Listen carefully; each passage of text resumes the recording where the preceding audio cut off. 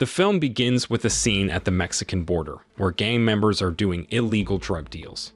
At that time, a group of masked individuals storms in and holds them at gunpoint. One of the gang members tries to convince the masked people that he and his friend are actually undercover DEA agents, but they don't believe him. The masked group ends up killing everyone in the building except for two women who witnessed the incident and tried to escape. The masked people chase after them, but the sound of police sirens makes them flee. Then, the story shifts to America, where an old detective named Johansson is getting ready for work while watching news about a protest at the police station.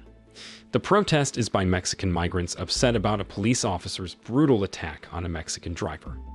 When Johansson arrives at the office, he's confronted by Police Chief Hernandez, who shows him a video of Johansson attacking the Mexican driver. This violence is seen as disrespectful. Johansson also made a derogatory comment about Mexicans, which adds to his troubles. Because of his actions, Johansson is at risk of losing his job and pension, and he might face legal consequences. To redeem himself, Hernandez assigns him a special task to retrieve two women who witnessed the murder of DEA agents in Mexico. These women are now in a Mexican prison. At that time, Johansson has no choice but to accept the assignment. In the evening, Johansson went to a bar with his friend Hiltz and another retired cop named Brenner. There, Johansson complained about how he felt frustrated with Mexicans coming into America illegally and getting things for free. Hiltz and Brenner suggested Johansson retire and not go to Mexico. Despite their advice, Johansson still chose to go.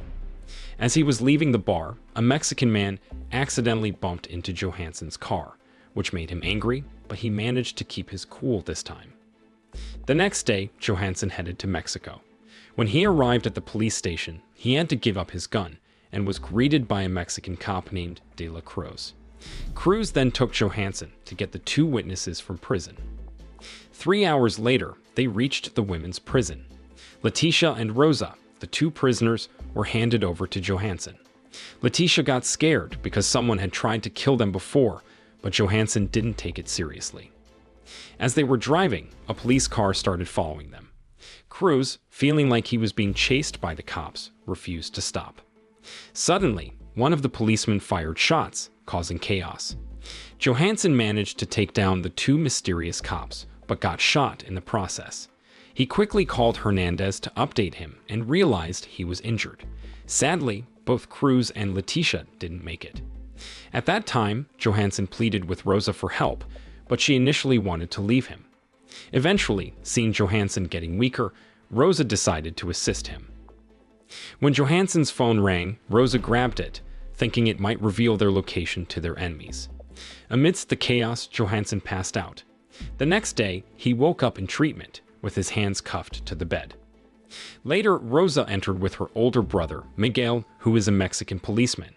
She explained that the two cops who attacked them were real, but in Mexico, badges don't show which side someone's on.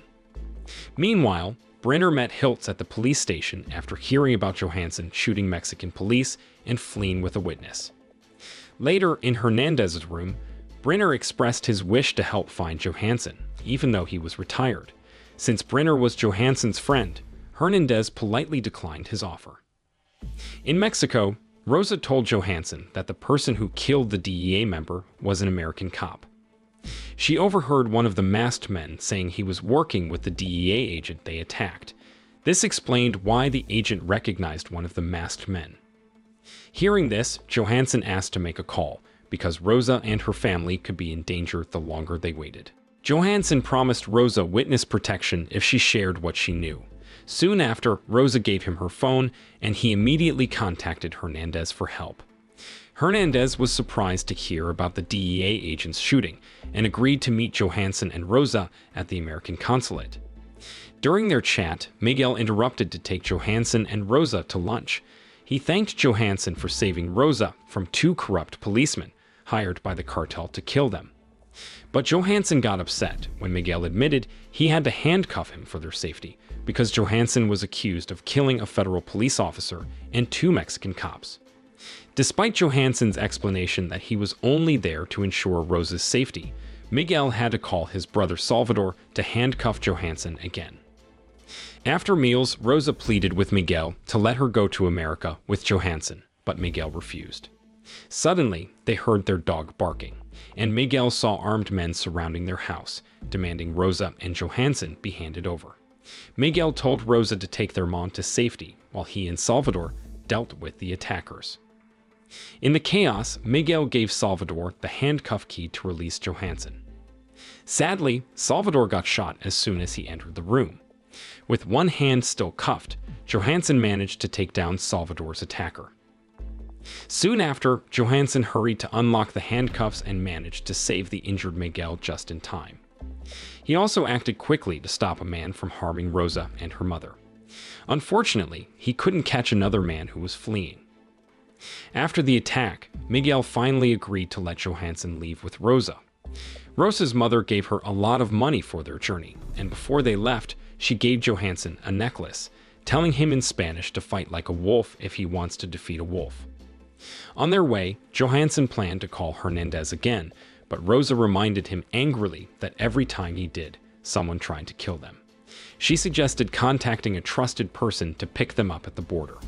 Rosa found someone to smuggle them across the border the next night and paid him well with the money from her mother. That night, Johansson and Rosa stayed at a hotel, where Johansson contacted his only trusted friend, Brenner. The next morning, Johansson and Rosa were startled awake by a knock on their door. It was Hiltz, who had found them easily because there were only 3 hotels nearby. He came with Brenner and another friend. Hiltz warned them that the police and FBI were planning to come that day and suggested they go with them instead of waiting for the smuggler that night. Since they were good friends, Johansson agreed. Shortly after, they left in separate cars, with Johansson and Rosa riding with their friends Tinelli and Brenner, while Hiltz drove his own car. Brenner chose a different route, saying he had contacts to help them cross the border safely. Along the way, Rosa noticed a bracelet on Brenner's wrist, just like the one worn by a masked man during the incident. Remembering her mother's words, Rosa whispered to Johansson that their friends might not be trustworthy. They realized Hiltz wasn't alone. He had another friend named Leo in his car. Worried, Johansson asked Brenner to stop so they could talk. Outside, Johansson mentioned that the person who killed the DEA agent might be a cop. He pretended to ask Brenner who he thought did it. When Tinelli and Hiltz approached, Brenner and Tinelli pulled out their guns and forced Johansson to hand over his weapon. Amid the tension, Hiltz explained they only wanted the money and to fight the Mexican drug cartels. They didn't know about the DEA that night. Hiltz even tried to stop Johansson from going to Mexico to avoid trouble. Then Brenner ordered Tinelli to take Rosa out, but Hiltz disagreed with threatening their own friends. He tried to grab the gun, causing Brenner to accidentally shoot. This gave Johansson a chance to fight back, and he managed to defeat Tinelli, Brenner, and Leo. Shortly after, Johansson approached Hiltz, who was badly hurt, but sadly, Hiltz didn't make it. After that, Johansson and Rosa decided to go back to the city and stick to their plan with the smugglers. That night, they crossed the border with other people seeking refuge. The next day, they still had to walk several kilometers until they reached American soil. During this time, Johansson's view on Mexican migrants changed. He realized they were willing to risk a lot to come to America for a better life, rather than just wanting freebies. But just as they were getting excited, American police showed up and arrested them. A month later, Hernandez praised Johansson for his unexpected success. By exposing corrupt cops, he had cleaned up the police department. Later, Rosa, looking elegant, told Johansson she had been offered American citizenship by the prosecutor. While Johansson was happy for her, he also knew their time together was ending. In the end, Johansson, realizing it might be their last chance, asked Rosa out on a date. The film ends. The moral lesson from this film is never judge a taco by its shell. Just because someone bumps into your car doesn't mean they're not your enemy.